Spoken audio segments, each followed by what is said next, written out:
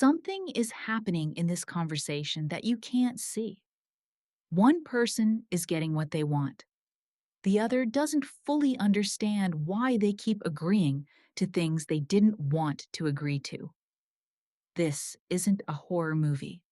It's a Tuesday. It's a family dinner, a performance review, a text message thread at 1 a.m. Manipulation doesn't usually look like a villain twirling a mustache. It looks like a friend who's just looking out for you, a boss who's just being direct, a partner who just cares a lot. Today, we're going to take manipulation apart, piece by piece, so you can see the machinery, not to make you paranoid, to make you literate. Because once you can see a pattern, it loses most of its power over you. Something is happening in this conversation that you can't see. Let's start with a definition, because the word gets thrown around a lot.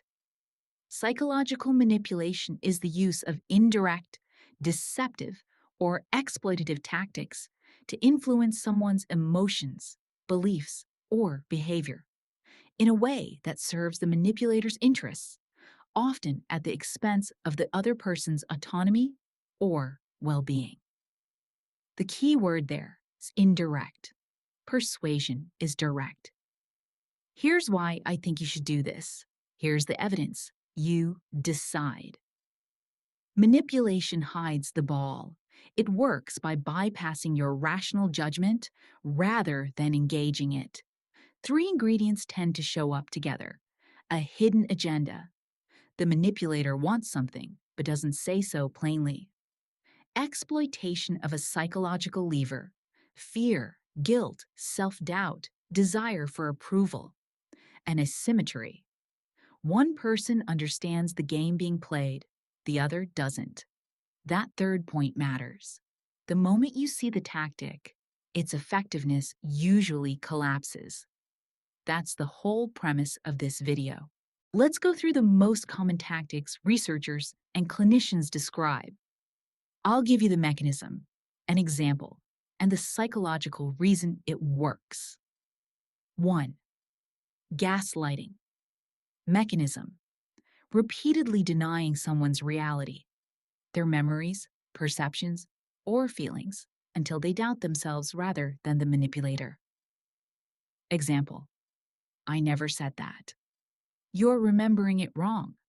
You're too sensitive. It was just a joke. Why it works. Humans rely heavily on other people to help calibrate their sense of reality, a process psychologists call social referencing. When someone confidently contradicts your memory over and over, especially someone close to you, self-doubt is often easier to tolerate than the alternative, believing someone you trust is lying to you. 2.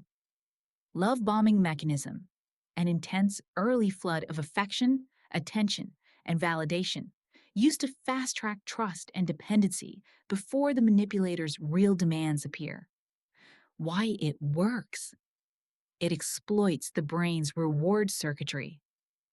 Early-stage romantic attention activates dopamine pathways similar to those seen in addiction. Once that reward is established, the manipulator can later withdraw it selectively, turning affection into a tool of control. 3. Guilt-tripping mechanism: framing a request so that refusal feels morally wrong rather than simply inconvenient. Example: after everything I've done for you, you won't even do this one thing? Why it works. Guilt is a pro-social emotion. It evolved to keep us honoring obligations to our group. Manipulators borrow that machinery and point it at requests that have nothing to do with genuine obligation. 4. DARVO: deny, attack, reverse victim, and offender. Mechanism: when confronted with wrongdoing, the manipulator denies it happened, attacks the credibility of the accuser, and reframes themselves as the real victim. Why it works? It exploits the listener's discomfort with conflict and their instinct toward fairness. Surely both sides have a point, which can muddy an otherwise clear situation. 5. Intermittent reinforcement mechanism, alternating between warmth and coldness, reward and punishment on an unpredictable schedule. Why it works. This is one of the most well-documented findings in behavioral psychology. Unpredictable rewards create stronger and more persistent behavioral loops than consistent ones. The same principle that makes slot machines addictive. Applied to a relationship, it can create intense attachment, even in the presence of mistreatment. 6. Isolation mechanism. Gradually reducing a person's access to other relationships, information, or support, often framed as concern. Your friends don't really get you like I do. Why it works. It removes the external reality checks that would otherwise catch other tactics on this list. Isolation isn't usually a single dramatic act. It's the sum of many small nudges. 7. Moving the goalpost mechanism, changing the terms of approval after they've been met, so the target never quite arrives at acceptance or reward. Why it works. It keeps the target in a state of chronic striving, psychologically similar to reinforcement schedules that maximize effort per reward. 8. Triangulation mechanism, bringing a third person into a dynamic to create jealousy, competition, or validation for the manipulator's version of events. Why it works. It exploits social comparison and status anxiety, instincts that are otherwise adaptive in group living. Notice that none of these tactics invented a new part of the human mind. They all borrow existing, mostly healthy psychological machinery: guilt, trust, reward seeking, social referencing, and redirect it. Two concepts tie a lot of this together. Cognitive dissonance. When our actions and our self-image conflict, we experience discomfort, and we're strongly motivated to resolve it. If someone stays in a situation that's hurting them, a common resolution isn't, I should leave.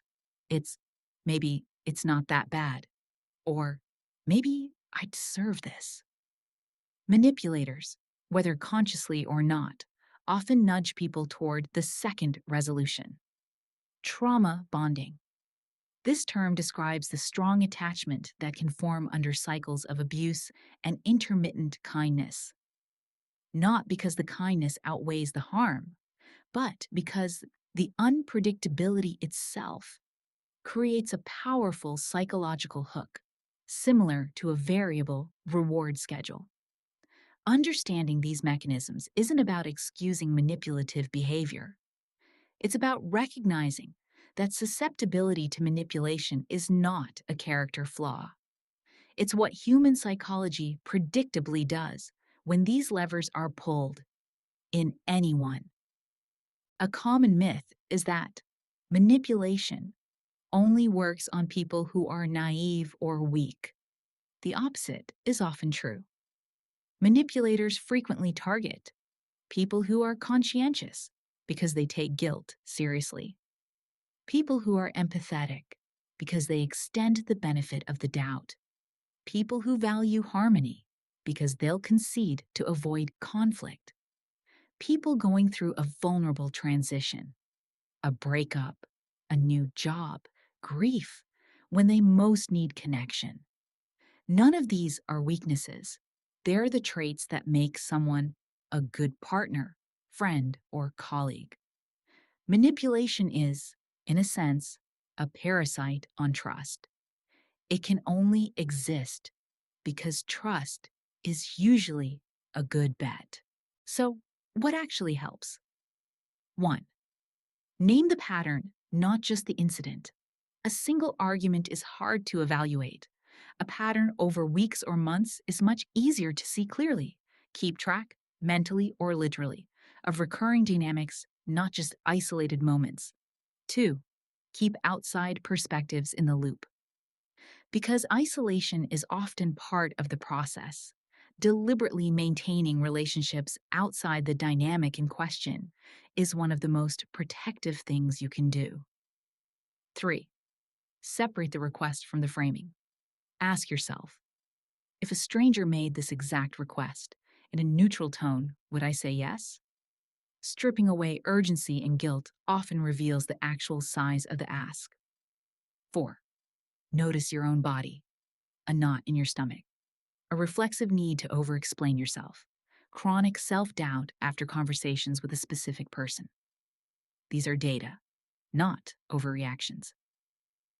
5. It's okay to disengage without a debate. You don't need to win an argument with someone using these tactics. Tactics like Darvo thrive on prolonged engagement.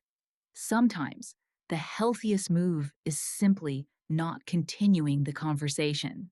Manipulation works because it borrows the very things that make us capable of love, cooperation, and trust, and turns them against us. That's what makes it hard to spot, and also why understanding it doesn't make you cynical. It makes you clear-eyed. You don't need to distrust everyone. You just need to know the shape of the pattern so that if you ever encounter it, you recognize it for what it is and not for what it's dressed up to look like. If this helped you understand a relationship, a workplace, or even a memory a little more clearly, you're not overreacting. You're paying attention,